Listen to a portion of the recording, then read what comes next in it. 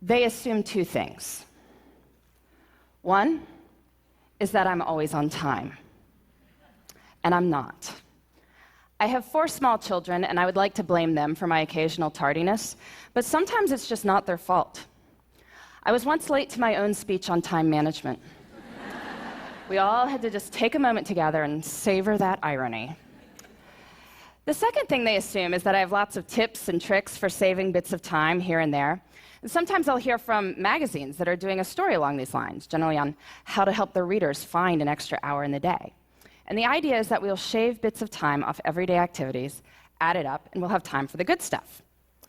And I question the entire premise of this piece, but I'm always interested in hearing what they've come up with before they call me. So some of my favorites: doing errands in a way where you only have to make right-hand turns, being extremely judicious in microwave usage, so it says 3 to 3.5 minutes on the package. We are totally getting in on the bottom side of that.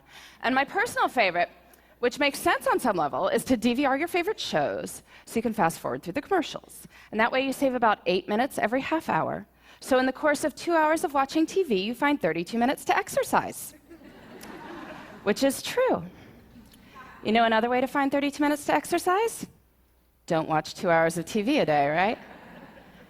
Anyway, the idea is we'll save bits of time here and there, add it up, we will finally get to everything we want to do. But after studying how successful people spend their time and looking at their schedules hour by hour, I think this idea has it completely backward. We don't build the lives we want by saving time. We build the lives we want, and then time saves itself. Here's what I mean. I recently did a time diary project looking at 1,001 days in the lives of extremely busy women. They had demanding jobs, sometimes their own businesses, kids to care for, maybe parents to care for, community commitments. Busy, busy people. I had them keep track of their time for a week so I could add up how much they worked and slept, and I interviewed them about their strategies for my book. One of the women whose time log I studied, she goes out for a Wednesday night for something. She comes home to find that her water heater has broken, and there is now water all over her basement. If you've ever had anything like this happen to you, you know it is a hugely damaging, frightening, sopping mess. So she's dealing with the immediate aftermath that night. Next day, she's got plumbers coming in. Day after that, professional cleaning crew dealing with the ruined carpet. All this is being recorded on her time log. Winds up taking 7 hours of her week. 7 hours. That's like finding an extra hour in the day. But I'm sure if you had asked her at the start of the week, could you find 7 hours to train for a triathlon? Could you find 7 hours to mentor 7 worthy people? I'm sure she would have said what most of us would have said, which is no. Can't you see how busy I am? Yet when she had to find 7 hours because there is water all over her basement, she found 7 hours. And what this shows us is that time is highly elastic. We cannot make more time, but time will stretch to accommodate what we choose to put into it. And so the key to time management is treating our priorities as the equivalent of that broken water heater. And to get at this, I like to use some language from one of the busiest people I ever interviewed. By busy, I mean she was running a small business with 12 people on the payroll. She had 6 children in her spare time.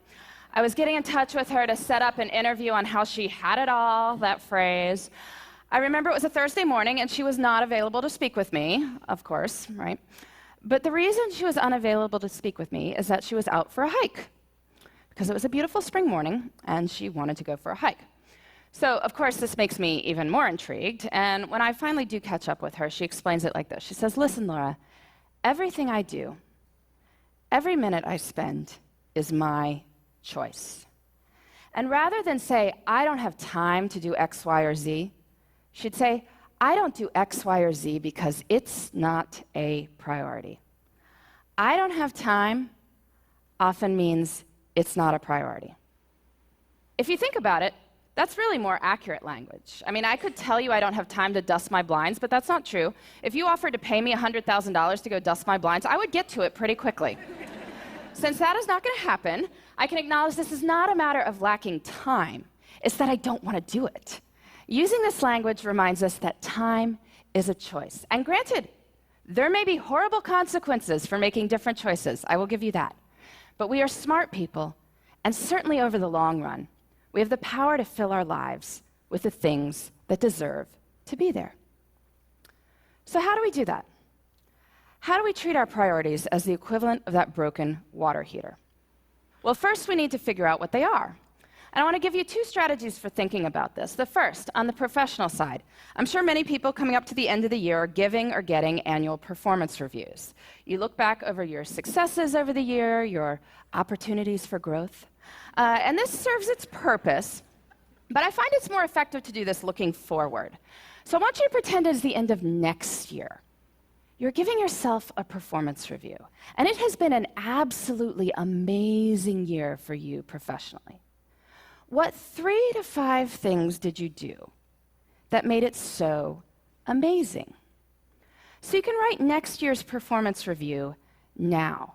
And you can do this for your personal life, too. I'm sure many of you, like me, come December, get cards that contain these folded up sheets of colored paper, on which is written what is known as the family holiday letter.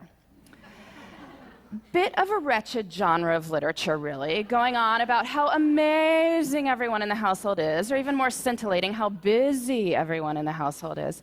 But these letters serve a purpose, which is that they tell your friends and family what you did in your personal life that mattered to you over the course of the year.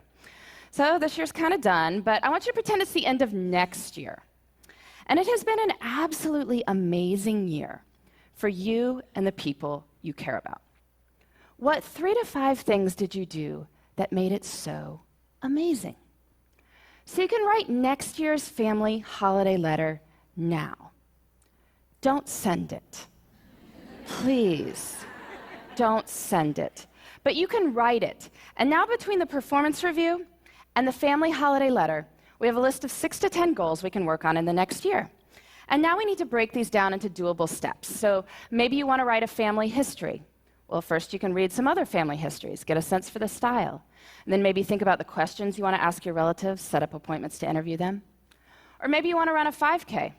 So you need to find a race and sign up and figure out a training plan and dig those shoes out of the back of the closet. And then, this is key, we treat our priorities as the equivalent of that broken water heater by putting them into our schedules first. And we do this by thinking through our weeks before we are in them. I find a really good time to do this is Friday afternoons. Friday afternoon is what an economist might call a low opportunity cost time. Most of us are not sitting there on Friday afternoon saying, I am excited to make progress toward my personal and professional priorities right now. But we are willing to think about what those should be. So take a little bit of time Friday afternoon, make yourself a 3-category priority list: career, relationships, self. Making a 3-category list reminds us that there should be something in all 3 categories. Career we think about, relationships, self, not so much. But anyway, just a short list, 2 to 3 items in each. Then look out over the whole of the next week and see where you can plan them in. Where you plan them in is up to you. And I know this is going to be more complicated for some people than others. I mean, some people's lives are just harder than others. It is not going to be easy to find time to take that poetry class if you are caring for multiple children on your own. I get that. And I don't want to minimize anyone's struggle. But I do think that the numbers I am about to tell you are empowering. There are 168 hours in a week. 24 times 7 is 168 hours. That is a lot of time. If you are working a full-time job, so 40 hours a week, sleeping 8 hours a night, so 56 hours a week, that leaves 72 hours for other things. That is a lot of time. You say you're working 50 hours a week, maybe a main job and a side hustle. Well, that leaves 62 hours for other things. You say you're working 60 hours. Well, that leaves 52 hours for other things. You say you're working more than 60 hours. Well, are you sure? There was once a study comparing people's estimated work weeks with time diaries, found that people claiming 75-plus hour work weeks were off by about 25 hours. You can guess in which direction, right?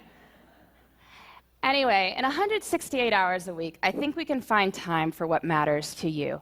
If you want to spend more time with your kids, you want to study more for a test you're taking, you want to exercise for 3 hours and volunteer for 2, you can. And that's even if you're working way more than full-time hours. So we have plenty of time, which is great, because guess what? We don't even need that much time to do amazing things. But when most of us have bits of time, what do?